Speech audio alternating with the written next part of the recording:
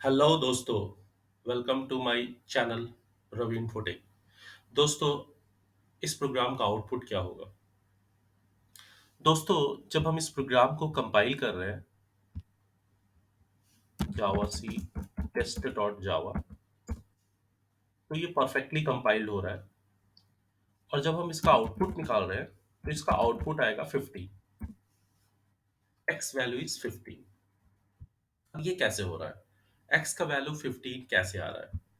एक और चीज, अगर हम यहाँ से इस जीरो को रिमूव कर दें और इस प्रोग्राम को सेव करें, और अगर हम इस प्रोग्राम को फिर से कंपाइल करें, तो अभी आउटपुट 17 आएगा। यस, ये हम जानते हैं, ये हमें समझ में आ रहा है। लेकिन जैसे ही हम यहाँ पे जीरो पुट करते हैं, इसका आउटपुट जो है, इसका आउटपुट अब 17 की जगह इसका आउटपुट जो आ रहा है वो आ रहा है 50। ये 15 इसका आउटपुट आ रहा है। अब ये कैसे हो रहा है? राइट, ये कैसे हो रहा है दोस्तों? पहली चीज ये, इसका आउटपुट 15 आ रहा है। दूसरी चीज, एक और चीज, अगर मैं यहाँ पे 17 के प्लेस में 18 कर दूं, 17 के प्लेस में 18 कर दूं, तो आप देखो इसका कलर चेंज हो गया। अगर आप नोटिस कर रहे हो तो इसका कलर चेंज हो गया। और अब ये आपको कंपाइलेशन एरर देगा। ये आपको दिखाएगा semi colon expected, semi colon expected. तो दोस्तों, ये सारी पहेली हमें सुलझानी है आज। तो शुरू करते हैं, ये पहेलियां सुलझाना शुरू करते हैं। दोस्तों, सबसे पहले हम इसे समझते हैं। जब भी हम int x is equal to 17, normal, यहाँ पे कोई जीरो नहीं है, यहाँ पे कोई जीरो नहीं है। जब भी हम normal int x is equal to 17 लिखते हैं, यहाँ पर इंट आप देख सकते हो डेटा टाइप है और साथ साथ कीवर्ड है। x वेरिएबल है, आइडेंटिफायर है। 17 हम बोलते हैं ये वैल्यू इनिशियलाइज करा हमने, x का वैल्यू हमने इनिशियलाइज करा। तो आप देख सकते हो ये वैल्यू ऑफ x है और साथ साथ ये इंटीग्रल लिटरल है। इसे हम इंटीग्रल लिटरल बोलते हैं। इंटीग्रल लिटरल किसे बोलते हैं? वैसे वैल्यू को जिसमें कोई डेसिमल नहीं हो, वैसे वैल्यू को जिसमें कोई डेसिमल फ्लोटिंग नहीं हो, उसको हम इंटीग्रल लिटरल बोलते हैं।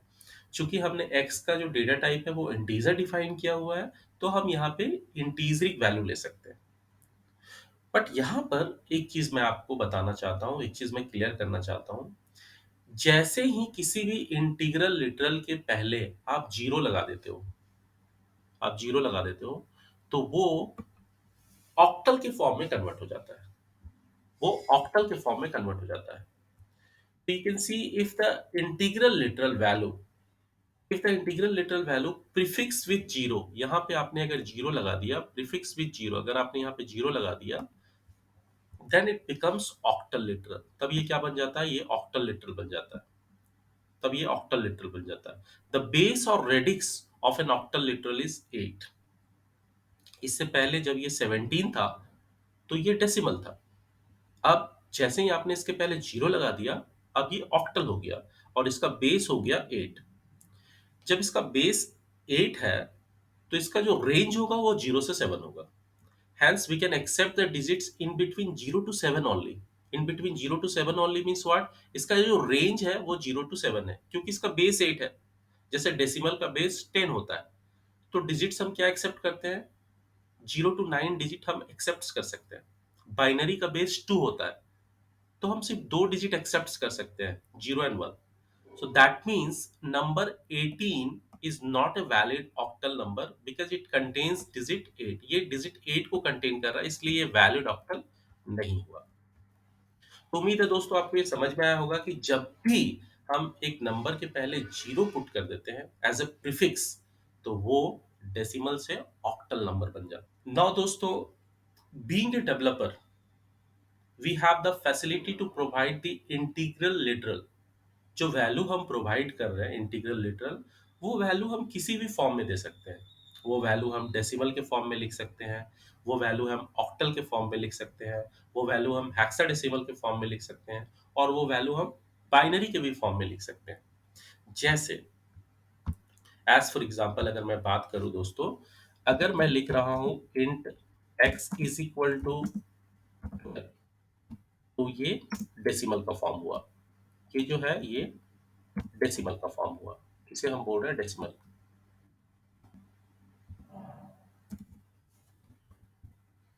ये डेसिमल का फॉर्म हुआ। लेकिन अगर हम लिख रहे हैं int y is equal to 015, अब ये ऑक्टल का फॉर्म हुआ। अगर हम लिख रहे हैं int z is equal to 0x a, यहाँ पर a 10 यानी 10 को रिप्रेजेंट करता है, हेक्साडेसिमल का फॉर्म हो गया।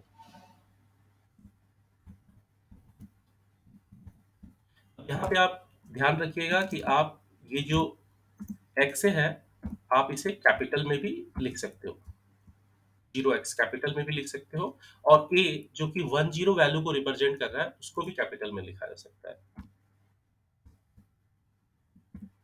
सिमिलरली अगर हम बाइनरी में लिखना चाहें तो इसके लिए 0b स्मॉल कैपिटल कुछ भी 1010, ये बाइनरी। यहाँ पे भी दोस्तों आप 0 कैपिटल भी 111, अगर 7 का वैल्यू हम ले रहे हैं तो 111, ये भी बाइनरी का फॉर्म है। तो आप देख पा रहे हो कि डेवलपर के तौर पे हम डेसिमल में भी डिफाइन कर सकते हैं, ऑक्टल में भी डिफाइन कर सकते हैं, हेक्साडेसिमल में भी डिफाइन कर सकते हैं, बाइनरी में भी डिफाइन कर सकते हैं।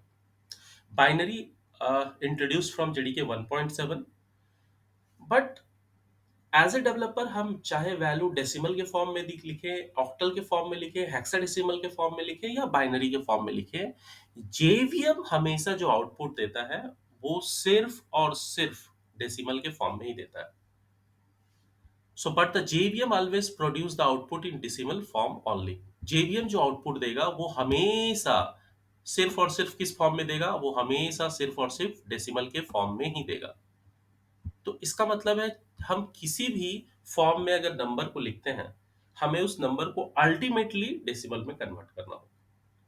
तो जैसे कि आप यहाँ पे देख पा रहे हो, हमारा जो क्वेश्चन था, हमारा जो प्रोग्राम था, वहां पे हमने 17 लिया हुआ था जो कि एक ऑक्टल नंबर है।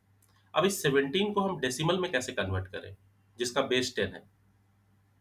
तो इसके लिए ये जो 7 है ये एक्चुअली जीरो पोजीशन पे होल्ड कर रहा है, ये जीरो पोजीशन को ले रहा है। ये जो 1 है ये 1 पोजीशन पे है, ये 1 पोजीशन पे है। तो हम क्या कर सकते हैं, हम लिख सकते हैं 1, this one is coming here, this one is coming here, 1 into 8 to the power 1। Why 8 to the power 1? Why? Because the base is 8। यहाँ पे जो बेस हमने यूज किया है ना वो 8 है, तो 1 into 8 to the power 1 plus ये जो 7 है ये यहाँ आ रहा है 7 into 8 to the power 0। चूंकि यहाँ पे इसका जो पावर है वो 0 है और इसका जो वैल्यू है वो 1 है, इसका जो पावर है वो 1 है, तो 8 टू दी पावर 0 और यहाँ पे 8 टू दी पावर 1, और ये 1 और 7 मेरा नंबर हो गया, ये 1 और 7 क्या हो गया मेरा नंबर, ये 1 और 7 मेरा नंबर हो गया। यहाँ पे 8 टू दी पावर 1, यहाँ पे 8 टू दी पावर 0। अब आप जब इसको सॉल्व करते हो तो आप देखो 1 into 8 to the power 1 8, 7 into 8 to the power 0, any to the power 0 equal to what, 1। So 8 to the power 0 means what, 1। So 8 into 1 8, 7 into 1 7, 8 plus 7 what, 15। So that is the answer। And the second, दूसरा जो हमारा जो 18 जब हम ले रहे थे तब क्यों प्रॉब्लम आ रहा था, 18 हम जब ले रहे थे तो एक्चुअली हमारा जो रेंज है वो बाहर हो जा रहा था, हमारा जो रेंज है ऑक्टल का वो ऑक्टल से हम बाहर हो जा रहे थे, इसलिए ये सेमी कॉलन एक्सपेक्टेड बोल के आउटपुट दे रहा था, एरर दे रहा था। दोस्तों आज के लिए इतना ही। मेरे नेक्स्ट वीडियो में मैं आपको बताऊंगा कि हेक्साडेसिमल और बाइनरी के साथ कैसे काम करते हैं। Thank you. अगर आपको ये वीडियो पसंद आया हो प्लीज सब्सक्राइब माय चैनल।